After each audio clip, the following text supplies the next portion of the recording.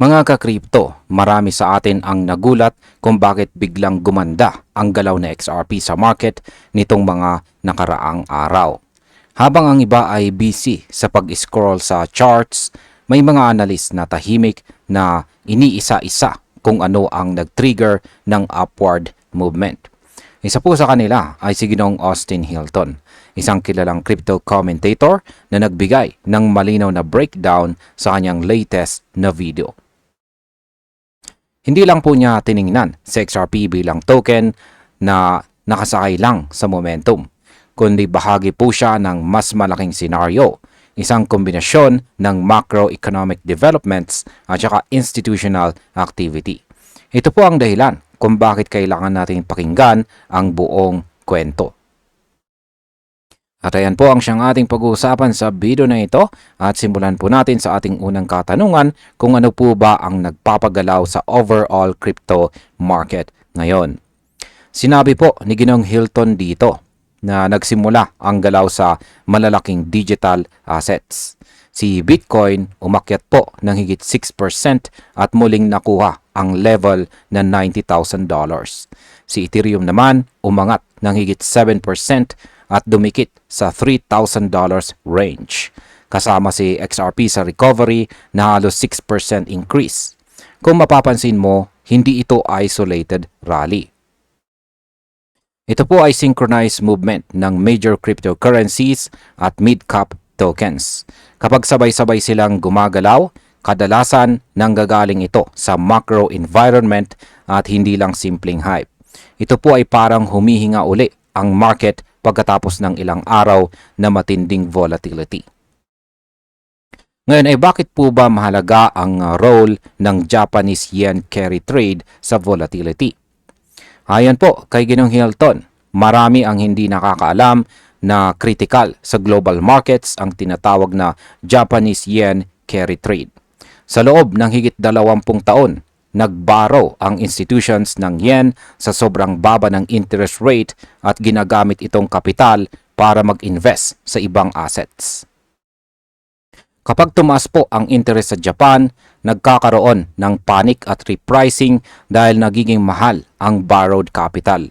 Ito po ang dahilan kung bakit minsan sabay-sabay bumabagsak ang stock market at crypto.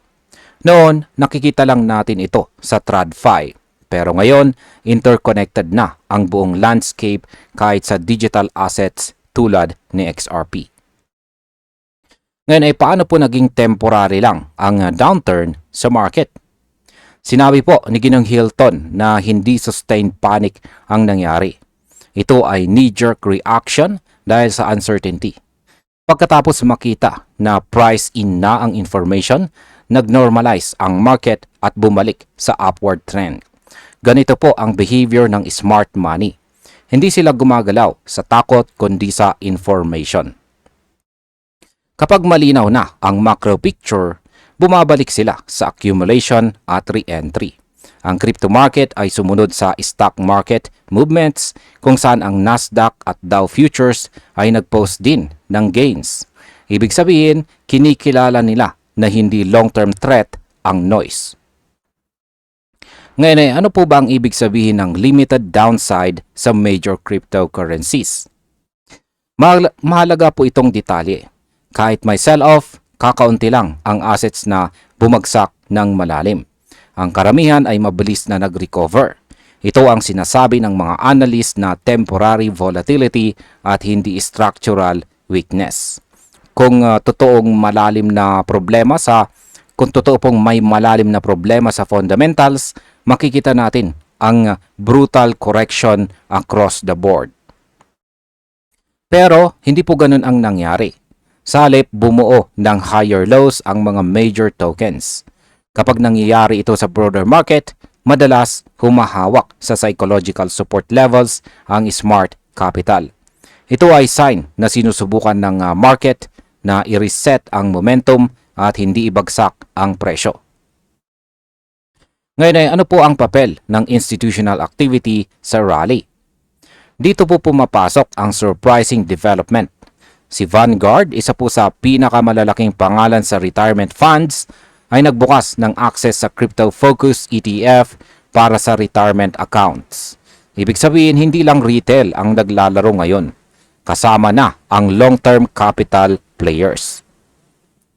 Kapag institutions tulad po ni Vanguard ay nagkukumpirma ng exposure sa digital assets, nagpapadala po sila ng mensahe sa buong financial world. Parang sinasabi nila, legit na asset class ang crypto. Ito ang dahilan kung bakit tumitibay ang sentiment. Hindi ito hype na gawa ng influencers. Ito ay fundamental validation mula sa TradFi giants. Paano naman po nakikinabang si XRP sa ganitong environment? Sa discussion po ni Ginong Hilton, malinaw na si XRP hindi lang sumasabay sa rally, kundi bahagi po siya ng broader recovery narrative. Kapag ang stock market ay green at ang Bitcoin at Ethereum ay humihila pataas, tumataas din ang appetite para sa tokens na may matibay na use case. Si XRP ay kilala sa cross-border settlements at institutional corridors.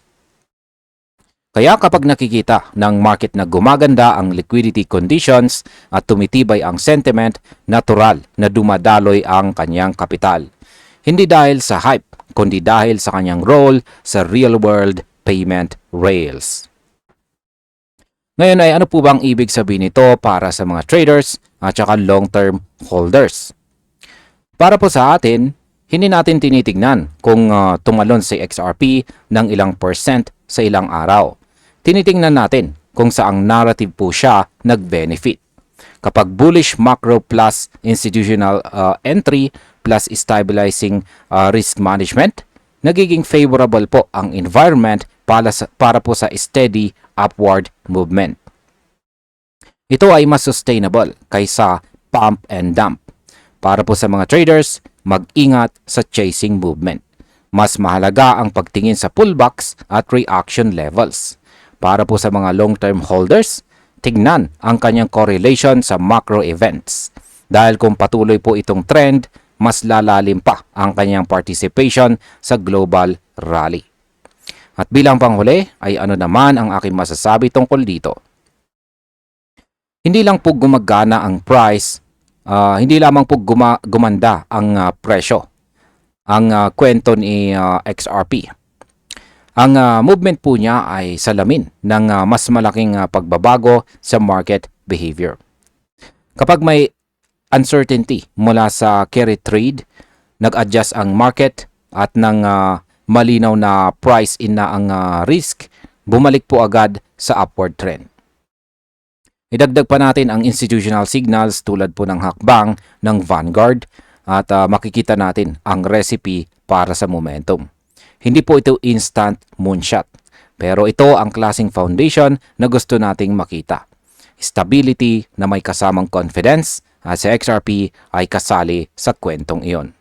At ayan, hanggang dito na lamang po tayo sa video na ito mga ka-crypto. Maraming salamat sa panonood.